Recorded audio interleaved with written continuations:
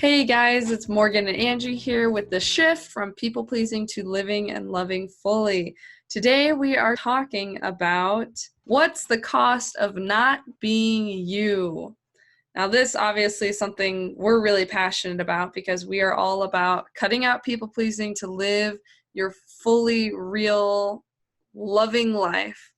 Also, at the end of the video, we're going to mention again that we do have an upcoming class on October, Angie, tell me October. October 16th.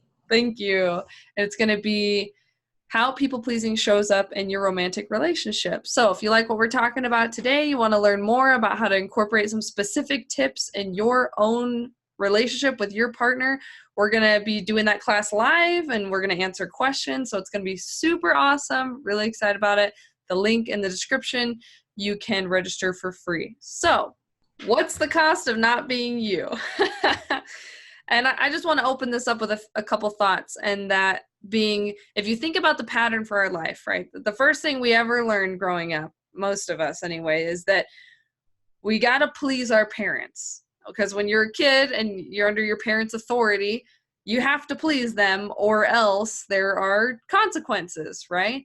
So we have to please our parents. And then from there, we transition maybe into our more teen years where we're feeling like maybe we're still pleasing our parents, but we're also trying to please now maybe our teachers or our boss.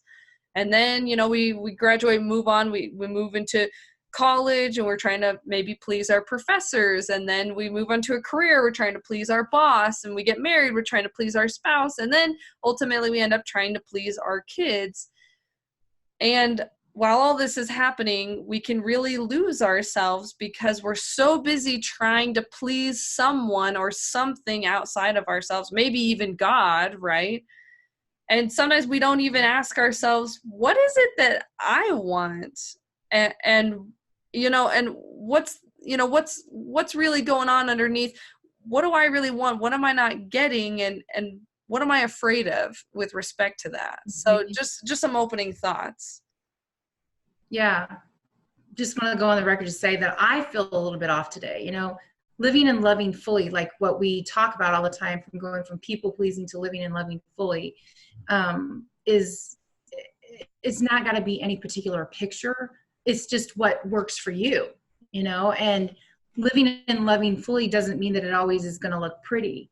So there is a cost to not showing up as we are.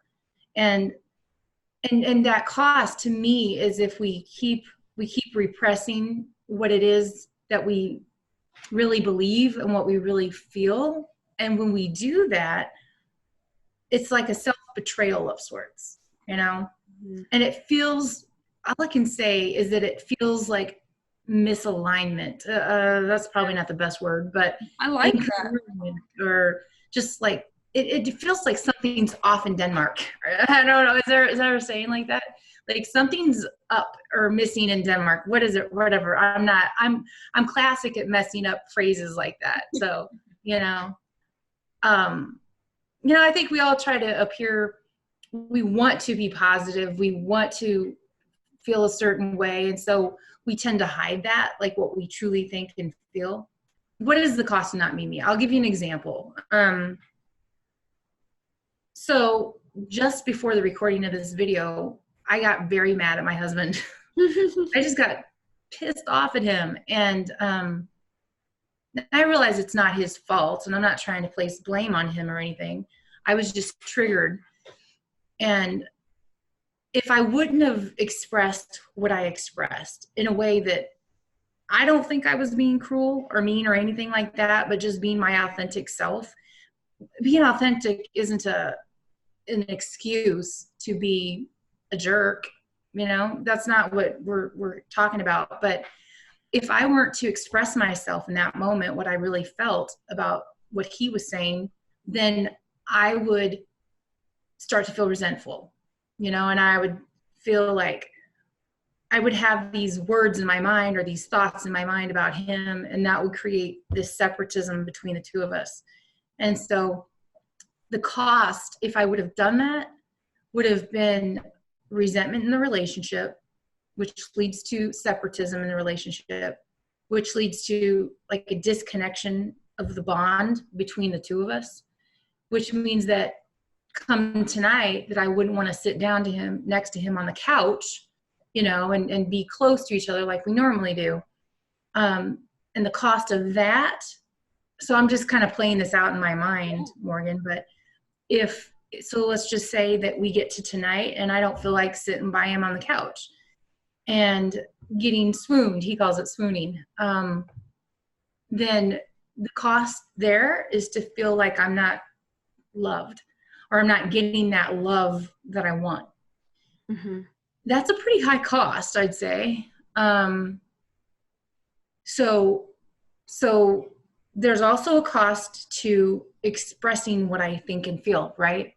Because, for example, I'll just again, I'm playing out the scenario, but let's just say that I didn't say what I wanted to say, and then I felt resentful, and it created separatism and all of this, right? Right. That's one scenario, and then we're not close on the couch. Scenario 2 would be that I did express what I think and feel, which I did. It's really hard for me not to. And I know that it pissed him off, right? It bothered him. And he took certain things in a way and he interpreted them in a way that I didn't really want him to interpret them. Like it wasn't my intention. Right. And you know, I don't have to go into the details of what we were even talking about because it's really not that important, because we can have arguments just about anything under the sun, can't we? Mm-hmm. So had I did say something to him, now he might be mad at me, right? And so then that could also create separatism too, because now he's blaming me for what I said, which could result in us not sitting next to each other on the couch, right? So it's like people will say, well, I'm not going to say anything because they're going to get mad at me. And then they're going to ignore me. And then they're going to withhold love for me. So I'm not going to say anything. That's not worth the cost. Mm-hmm. So what's the answer? I'll just stop there for a moment and let you process what I've said and see what you think. Yeah. And I like that you're just being real with us and giving us this real example, because like we've talked about on the channel before, there's no sense in being fake. Life's too short to be anything other than what we really are. And when we think about what's the cost here, is like, and it comes back to, okay, it kind of like, we kind of create this dichotomy, almost like I can hurt myself or I can hurt them. But I think that there's another answer, another way to look at it. And another way to look at it is that the more communication you have about a certain topic, is that it's going to facilitate more understanding. Whether or not you end up agreeing, it will continue to facilitate more understanding, so that at least you can understand where each other are coming from better. And then the separatism kind of melts away, because even though we don't agree, at least I understand your point of view and I can respect it.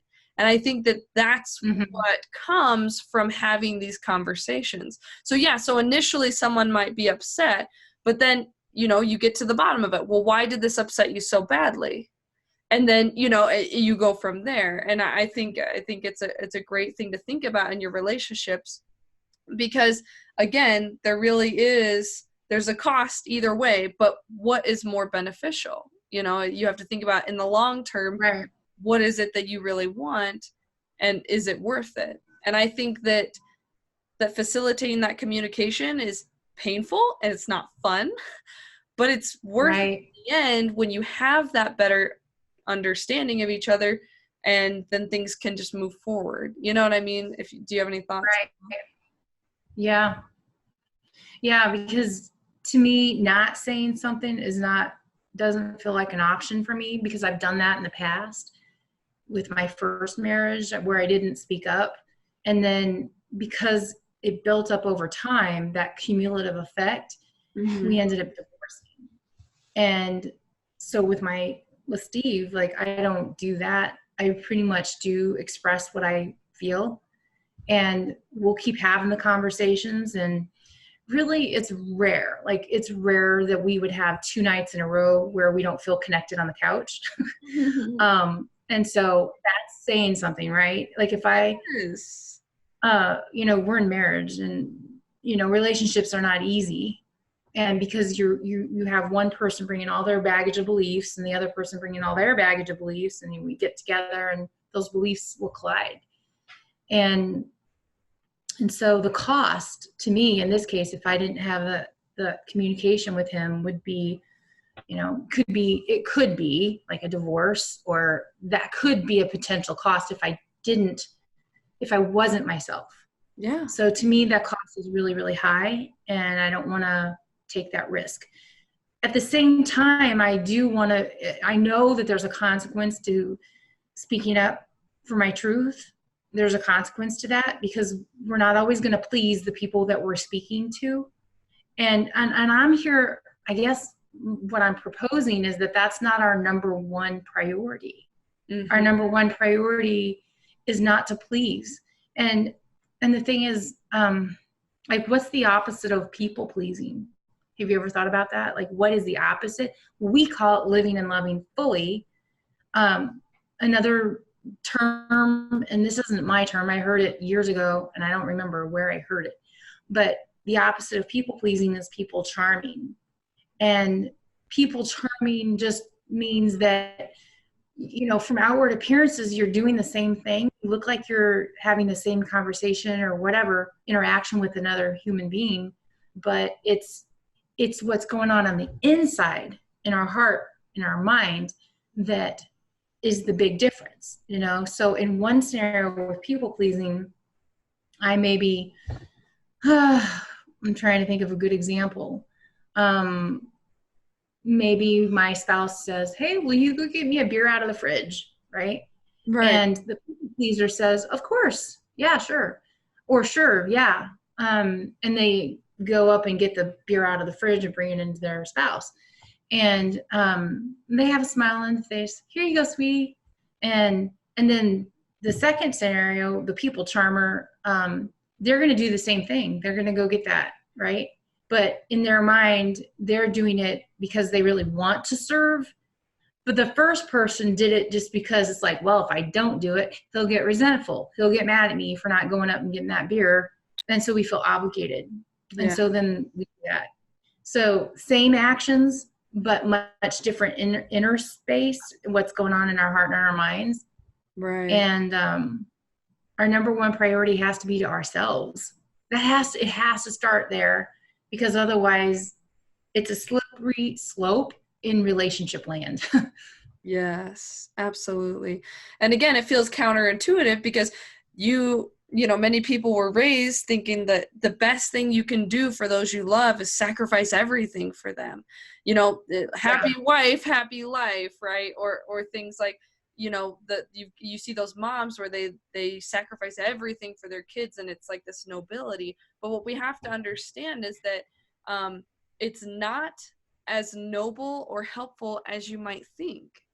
Because first of all, when you sacrifice everything for a spouse, you may end up enabling them to not be as independent or as strong or as capable. You may prevent them from their own growth. And with children, same thing, but then even worse, because when you teach your kids that you sacrifice everything for them, then they learn that they're going to have to do that for their kids, and that they may not feel like their wants and needs are a priority, because here's mom not participating in any of her wants or needs. So I guess I can't do that either once I have children. So just realizing that maybe your perception of putting it all on the line for everyone else, not really being yourself, not really accepting your own wants and needs, is actually harmful to everyone around you just as much as it's harmful to you. So that's what Angie's saying so powerfully, when you have to focus in on what you need first, and then you can be the people charmer who does things because you genuinely want to help people, because you're in a good place within yourself. Exactly. I can sum all that up in a sentence. which is a really good indicator of how to set boundaries, which give until you resent giving. Give until you resent giving. I mean, I think it's kind of obvious. What I mean by that is just, it's a summary of what we've been talking about. But then there's also the expression piece of people pleasing, right? It's the giving piece, the outward appearance of giving, but then there's the expression piece of it. And, you know, I hear a lot of women who people please and they feel like a doormat. Yeah. And it's really funny because until someone's ready to see that they people please, they will not see themselves as a doormat. And I mean, it's not like that's a healthy thought to have, right? Oh, well, I've been taken advantage of. I'm just a doormat and they don't appreciate me and all that. I'm not proposing that that's the way to think about this, but it is important to know when we have been grand enablers and that, you know, we're hiding and we're not letting people know what we really think and feel. We're not expressing because we are doing that from a fearful place. Mm-hmm. And I think it's just important to get clear on, are we doing that? And if we are, what are we so afraid of? You know, are we terrified of not receiving that love, or having that love withdrawn from us? You know, what's really going on here? Am I all over the board or all over the map? I kind of feel like I am. But. You know, we're not about being perfect here. Yeah. But yeah, I just wanted to close with that thought because it's like we have these moments where, yeah, it's like we have to please everyone else and do what they, you know, are expecting because we're afraid of not getting their love. But if we're afraid of that, right. if we're afraid we won't be loved for who we really are, then maybe these aren't the people we want to associate with anyway, whether it's friends or family or whatever. Right. And that's not cut those people off. It's maybe test that and say, you know what? Maybe if I be myself, maybe they're going to love me anyway. And if they don't, maybe I deserve better, you know? So that's my closing thought. Oh, I like that. I'm going to write that one down. Thanks. Yeah. Well, thank you guys so much for. Yeah. Sorry, go ahead. Thank you guys so much for watching this video today, and thanks for your patience with us as we, you know, we say what's on our mind and we put it out there. We appreciate you guys. Comment below your thoughts about what's the cost of not being you, and is it worth it? Don't forget to register for our free online class coming up on October 16th. The link is in the description below, and we're excited to meet you guys, see you there, and yeah, we'll be seeing you guys very soon, I'm sure. Bye. Bye.